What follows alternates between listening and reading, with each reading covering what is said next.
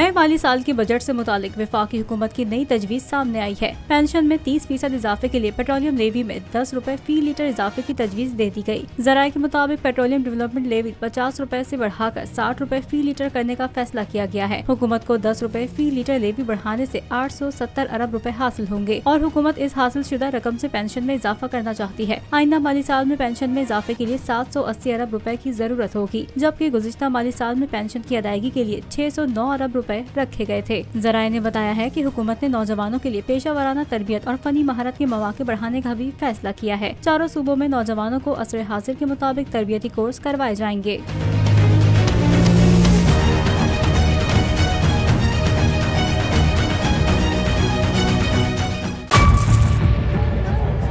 Budget 2023-24 की सबसे बड़ी ट्रांसमिशन, बोल एक मर्तबा फिर सबसे आगे। वजीर खजाना की बजट तकरीर की सबसे बड़ी कवरेज 62% अवाम ने देखा बोल की स्क्रीन पर। Welcome back to the budget transmission. सबसे बड़े पैनलिस्ट और रिपोर्टर्स की बड़ी टीम ने बजट के लम्हे लम्हे की अपडेट से किया बाखबर अपनी आवाम को।